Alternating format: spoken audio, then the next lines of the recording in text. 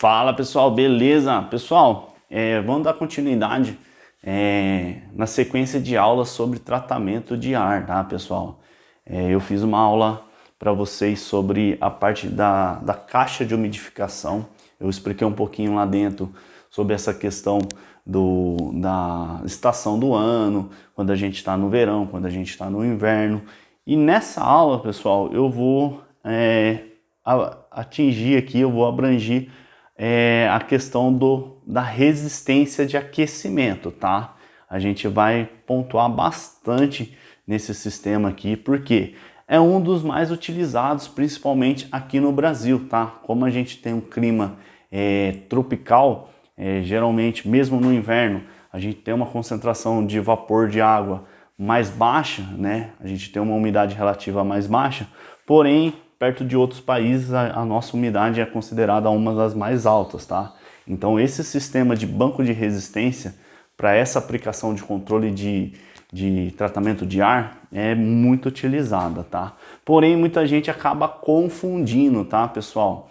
O pessoal acha, né, acaba confundindo o banco de resistência com um sistema de aquecimento, né? Eles acham que a gente instala o banco de resistência dentro do evaporador para aquecer o ar, para dar um conforto térmico quando está frio. E não é esse tipo de sistema, não é essa aplicação do banco de resistência quando a gente fala de sistema de tratamento do ar. A resistência ali, ela tem uma função bem específica. Teoricamente é sim aquecer o ar, mas não para causar conforto. E um pouco antes de entrar nesse ponto, pessoal, eu queria explicar para vocês, tá? Vou dar uma nova introdução, já dei na outra aula, porém vou dar de novo, sobre tratamento de ar. Quando a gente instala equipamentos estilo esse aqui que eu tenho no meu laboratório, que é o sistema Highwall, sistema Sprit Highwall, Sprit Cassette, o Sprit Spritão, piso-teto, a gente não tem um controle preciso da qualidade do ar, tá, pessoal? Por quê? É muito enraizado dentro da cultura do ar-condicionado aqui no Brasil que ar-condicionado é simplesmente um controle de temperatura, tá, pessoal? E na verdade não. O sistema de tratamento de ar, o ar-condicionado realmente, principalmente dentro do setor industrial, ele vai muito além do que um controle de temperatura, tá? Então, o que a gente pode fixar bem dentro da cabeça dos técnicos ou de você que está iniciando na área é que, cara, esse tipo de equipamento é o equipamento, como que eu vou dizer a grosso modo, é o equipamento mais simples, né? Ele tem a menor precisão, ele é o que gera o pior conforto térmico, tá? Por mais que ele é um equipamento que realmente refrigera bem o ambiente, ele tem vários pontos falhos, que nem eu já falei na outra aula, eu vou falar nessa aqui de novo. Ele é simplesmente um equipamento que ele somente refrigera. Então, assim, você imagina, pessoal, que quando a gente está no inverno, o inverno, para quem, né, costuma assistir telejornal e tudo mais, a gente vê lá aquela questão da taxa de umidade, né, a umidade relativa do ar. O que quer dizer a umidade relativa do ar, pessoal? Imagina que a gente pega um volume X de ar e dentro desse volume a gente tem uma proporção de vapor de água suspenso nesse ar, certo? A água em estado vapor suspensa ali dentro desse volume. Então, dependendo da estação do ano, principalmente no inverno, essa quantidade de vapor de água ali dentro é muito baixa. Por quê? A gente está em tempo seco, com pouquíssimas chuvas. Então, o que acontece? Essa umidade, conforme vai passando os dias, as semanas e os meses, essa umidade vai abaixando, o ar vai ficando seco. E você imagina assim, pessoal, eu estou no inverno, porém eu não estou num dia muito frio, eu estou num dia, né, de uns 25 graus, que é comum no Brasil você falar, inverno vai estar frio.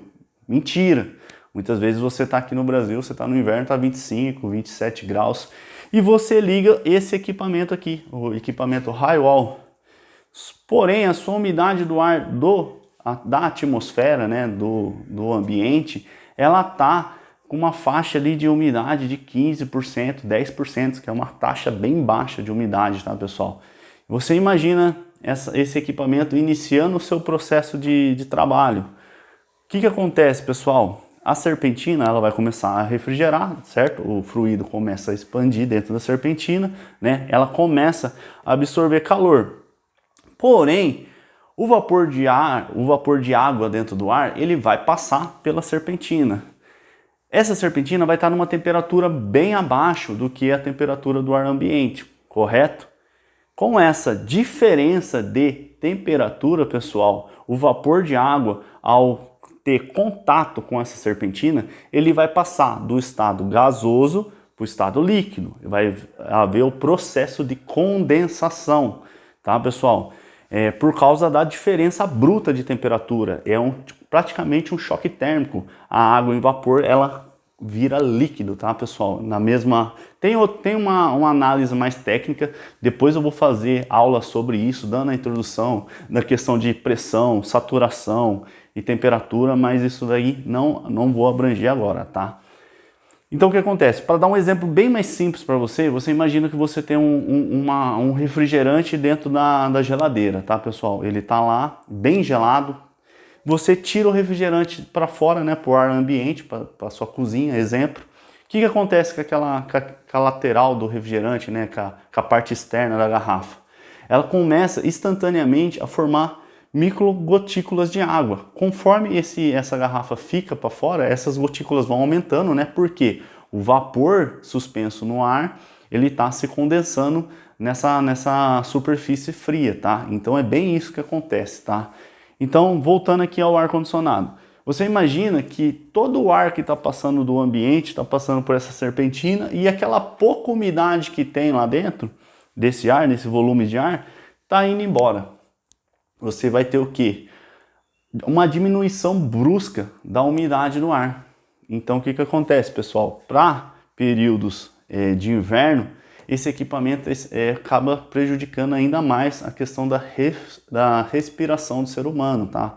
Quando você está no inverno, quem tem problema respiratório sente aquela dificuldade porque o ar está seco, precisa fazer uma lavagem nasal, precisa, sabe, tem pessoas até que precisam entrar na questão de fazer inalação, certo? Para melhorar a respiração, umidificar, então assim, é bem prejudicial.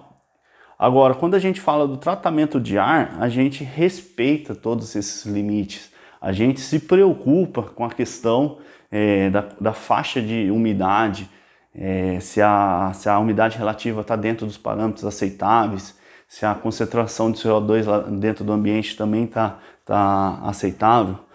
Agora, a questão da umidificação, eu já falei para vocês na outra aula. Nessa aula, eu quero falar na questão da desumidificação. Qual é a questão da desumidificação, pessoal? Você imagina no inverno, você imagina no verão, igual quando a gente tem aquelas temperaturas elevadas e todo final de tarde cai aquela tempestade, pessoal. Aquele pau d'água. O que acontece? O solo, ou que seja o asfalto, o terreno, que seja, ele acaba não conseguindo absorver toda essa umidade. E como a temperatura do solo, ele passou o dia inteiro recebendo carga térmica do sol, ele está muito quente. Instantaneamente que a água ela atinge o solo, pouca coisa é absorvida pelo solo e muita coisa é evaporada. Então, consequentemente, a umidade relativa do ar é muito alta. No verão, pessoal, a faixa de umidade ela gira na faixa de 70% a 90%, tá? Em dias extremos, a gente chega até 95% de umidade, tá, pessoal? Então, é uma umidade bem alta. E para alguns processos, sendo laboratórios, sendo farmacêuticos, produções químicas, até mesmo, pessoal, tem alguns processos industriais eletrônicos, sabe?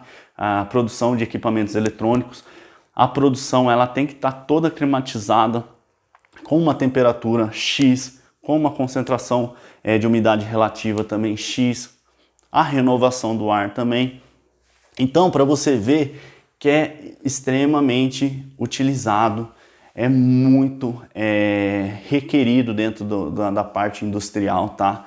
Também dentro de hospitais, onde a gente tem UTIs, centros cirúrgicos, que são as famosas salas limpas, são lugares onde que a gente precisa, fora o controle da umidade, fora o controle da temperatura e do CO2, a gente também tem os bancos de filtragem.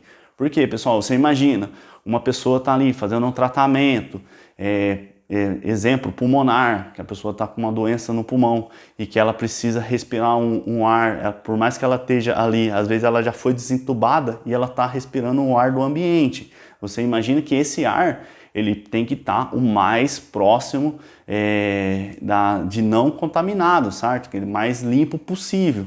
Então, quem vai garantir que esse sistema, que esse ambiente vai estar bem tratado? O equipamento do ar-condicionado central, tá, pessoal? Esse aí é mais uma aula aqui que eu vou trazer para vocês, a questão do banco de filtragem, tipos de filtros, como utilizar, como não utilizar, beleza? Mas voltando aqui, pessoal, fugi um pouquinho do foco, mas voltando aqui. A questão da resistência, do banco de resistência, ela entra quando a gente fala de desumidificação. Quando a gente está num período do verão e que o ambiente precisa estar com uma faixa controlada de umidade. A gente já falou, e a gente, para quem ainda não é da área, eu vou explicar de novo, mas para quem já é da área, já entende. Quem é responsável por tirar a umidade, que nem eu dei a introdução aqui, pessoal, é a serpentina do evaporador, tá? Aqui eu tenho, pessoal, a evaporadora na vista frontal, tá? E aqui, pessoal, eu tenho como se ela tivesse na vista lateral, tá? Como se eu pegasse esse equipamento assim, ó, e virasse ele assim para vocês, tá? Porém, em corte, tá? Eu estou observando a parte interna do equipamento, tá, pessoal? Então, esse equipamento virando para cá e eu cortei para poder enxergar a parte de dentro do equipamento, tá, pessoal? Imagina, pessoal, que esse equipamento é um equipamento de expansão direta, ele usa gás. Quando a gente fala de expansão direta, pessoal, a gente está falando de um equipamento à base de gás. O que acontece? A serpentina é a responsável do evaporador, é a responsável por retirar essa umidade, né, do ar. Imagina que o ar está retornando aqui, a sucção do motor faz o ar passar. Aqui imagina que a gente tem um filtro, tá, pessoal? Aqui a gente tem um banco de filtragem. O ar passa pelo filtro, passa pela serpentina de resfriamento e desumidificação e é bombeado para o sistema, tá? Para o sistema de duto. O que acontece, pessoal? Ao passar pela serpentina aqui, você imagina que aqui no arco do retorno a gente tem o vapor de água, né? As gotículas suspensas no ar de água. Vai acontecer aquele processo que eu falei para vocês. A partir do momento que esse ar, a temperatura, exemplo, que esteja 26 graus Celsius, ou o ar de retorno, ele passar pela serpentina, essas gotículas vão tocar, né? Vão relar nos aletados, na tubulação, e vão começar a sair em forma de água já no estado líquido, tá, pessoal? E assim ela vai embora pelo sistema de drenagem. Porém, quando a gente tem uma concentração muito alta de umidade, pessoal, quando a gente tem uma concentração, exemplo, de 80 a 90%, pessoal, de umidade relativa, muitas vezes a refrigeração consegue atingir o set point do ambiente. Exemplo, que a gente tivesse feito set point para 23 graus Celsius.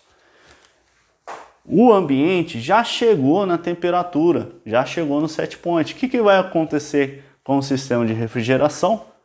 Se for um equipamento inverter, ele vai abaixar, né, a rotação. E se for um equipamento on-off, ele vai desligar o sistema. Concorda comigo, pessoal? Com isso, essa umidade aqui, ela vai começar a passar, o vapor de água vai passar sem se tornar líquido, né? E vai embora para dentro do sistema. Então o que acontece, pessoal? Qual é o balanceamento? Qual é o ponto-chave de um bom sistema de desumidificação? É você regular a entrada do banco de resistência. Por quê, pessoal?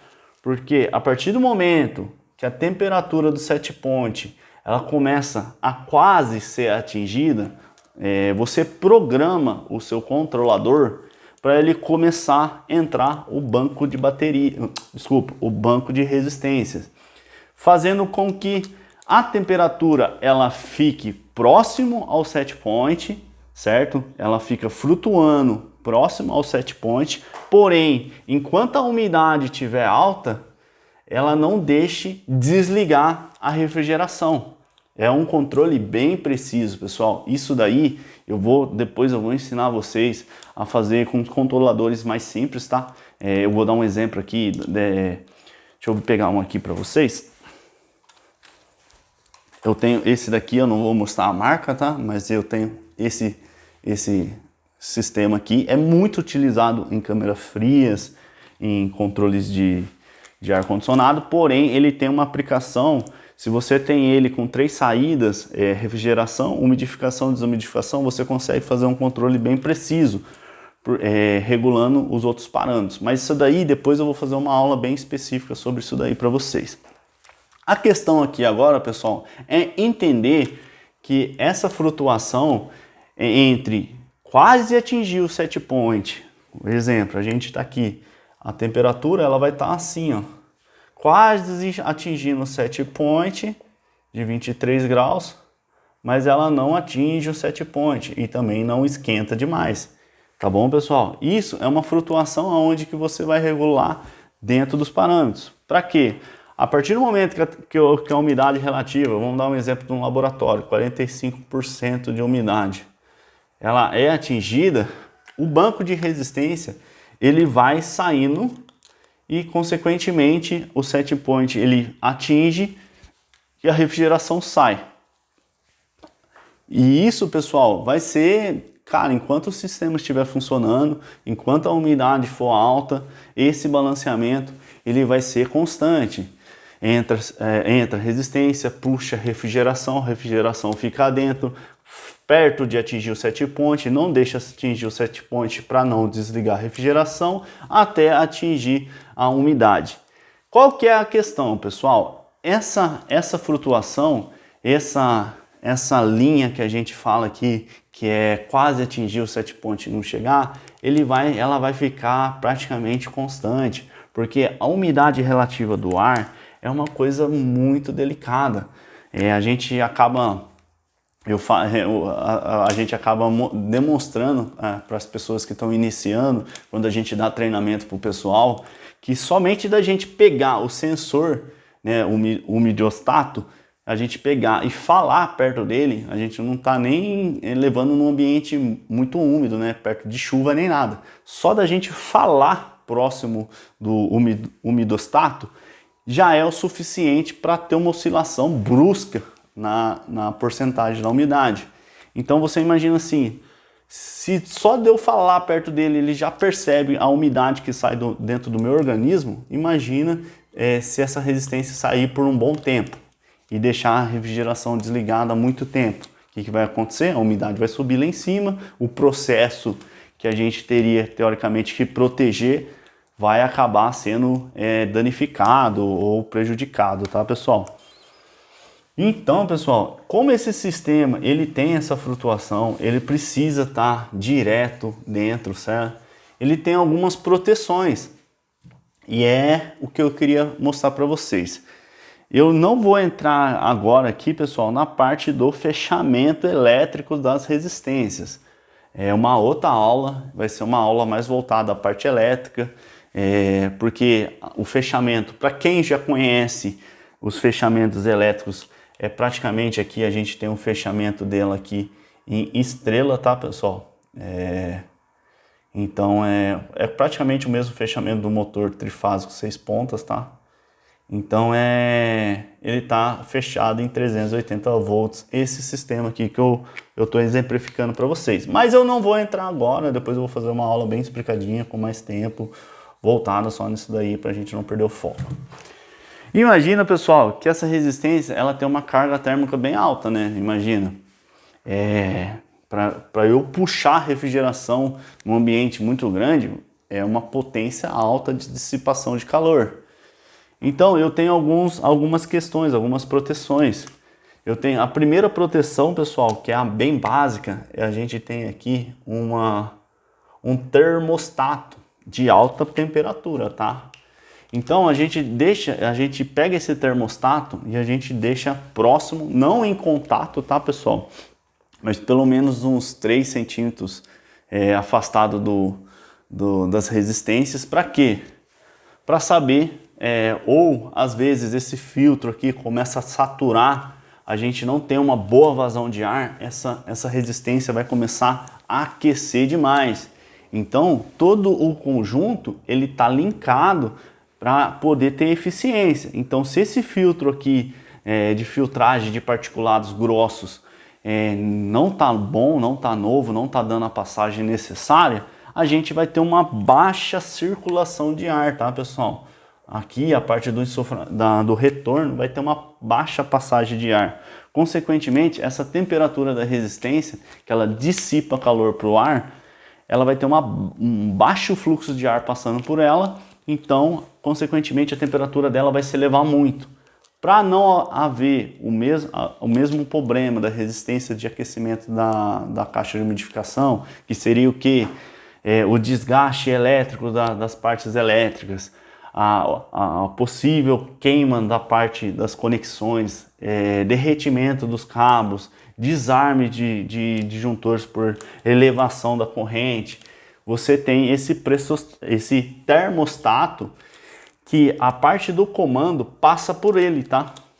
Então o comando que liga a contatora, que entra as potências que vai alimentar a resistência, o que acontece? Ela passa por esse termostato. Esse termostato abriu, ele vai tirar o quem fora? Ele vai tirar a alimentação dessas resistências. Ele não vai deixar mais a tensão chegar aqui nessas resistências, tá bom, pessoal?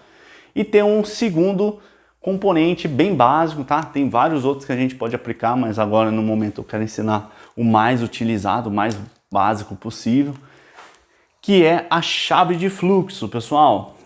Qual é a questão da chave de fluxo, pessoal? Exemplo assim, a gente tem esse aqui é o rotor, né? A turbina e o rotor.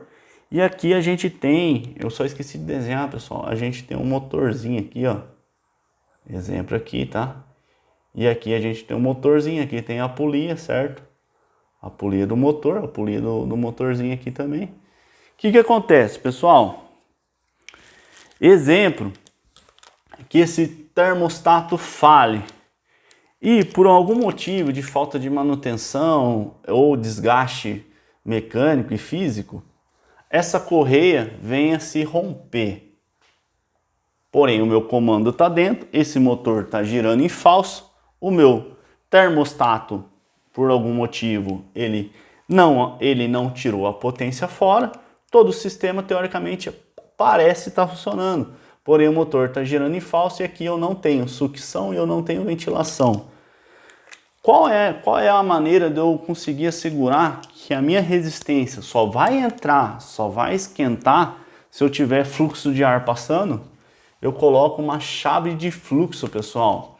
Também é muito parecida com o Deep Switch lá na caixa de umidificação. O que acontece, pessoal? Quando não tem ventilação, essa chavinha, ela baixa aqui, ó, como se fosse uma boinha, certo? Eu vou só marcar pontilhado. Quando ela não tem ventilação, ela tá nessa posição para baixo.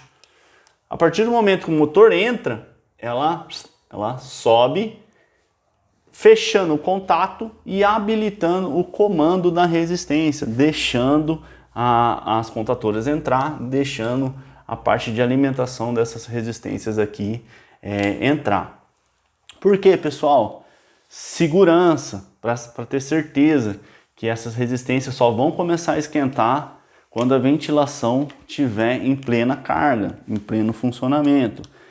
Por todas aquela questão que eu já tinha falado para vocês antes. a parte do aquecimento, elevação de corrente, desgastes elétricos, derretimento e possível queima de componentes e cabos. Então isso daqui é uma questão bem básica que quando vocês forem fazer a parte da instalação de um sistema de controle de umidade com banco de resistência, você tem que se atentar muito nesses componentes, nesses dois componentes, tanto o termostato de alta temperatura quanto a chave de fluxo, tá, pessoal?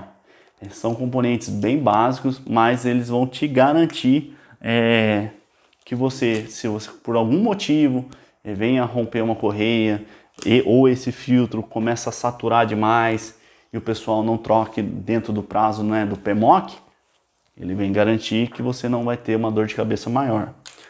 Porém, com esse sistema fora, você também tem que pensar no seu comando ou direcionar para a pessoa que vai fazer a parte elétrica, deixar um alarme, tá, pessoal? Por causa de quê? Porque a resistência fora vai atingir o set point, a refrigeração vai sair, a umidade vai se elevar. Então, se eu estou pedindo para minha resistência entrar e por algum motivo dessas duas chaves, ou por saturação do filtro, ou por falta de fluxo por correia arrebentada, por algum motivo a minha resistência de aquecimento não entrar e puxar a refrigeração de volta, a minha umidade vai subir muito. Então eu tenho que ter um alarme, sendo ele sonoro, sendo ele visual, né? uma luz, sendo ele comunicando para o centro de automação, tá, pessoal?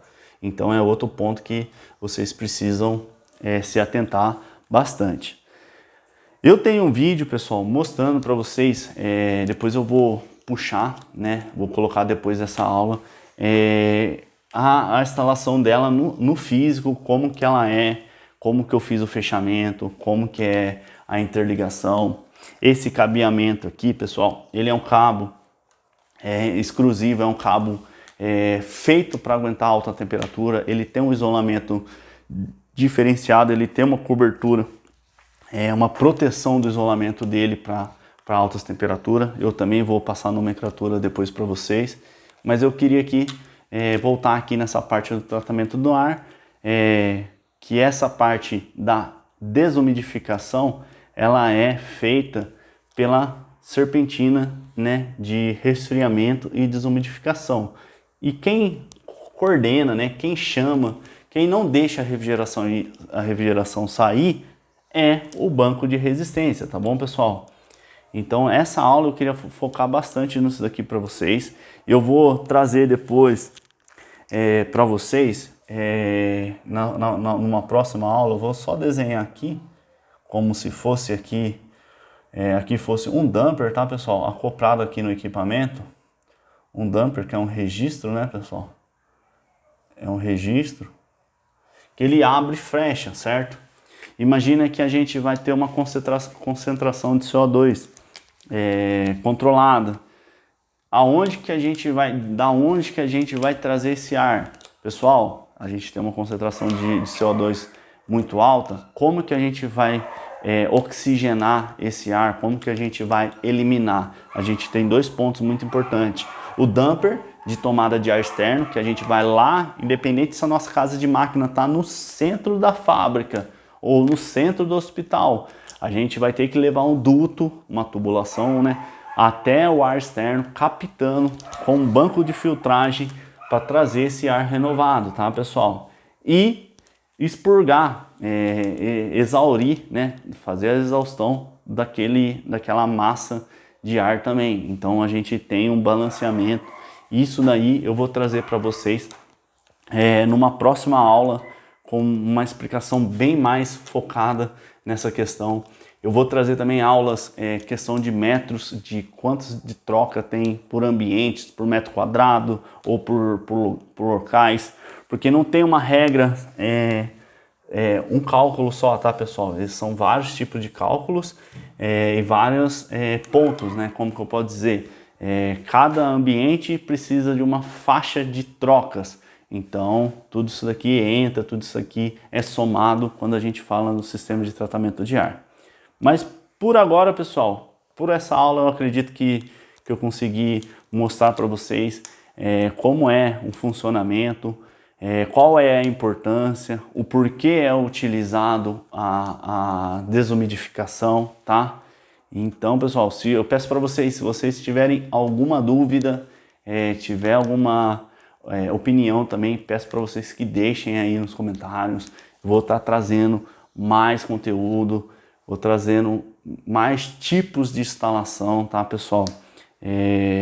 Desse sistema. Vou trazer também vídeos para vocês do físico no campo, como é também lá dentro, lá na hora de instalar, quais são os cuidados, a aparência desses componentes, porque tem muitas pessoas que não têm a oportunidade de ter o contato, né, o tate a tate ali, o dia a dia. Então eu vou trazer para vocês também filmagens de dentro do equipamento, desses componentes, dessas interligações elétricas, dessa chave de fluxo, tá? Então assim, vou trazer tudo completinho para vocês. Beleza, pessoal? Valeu!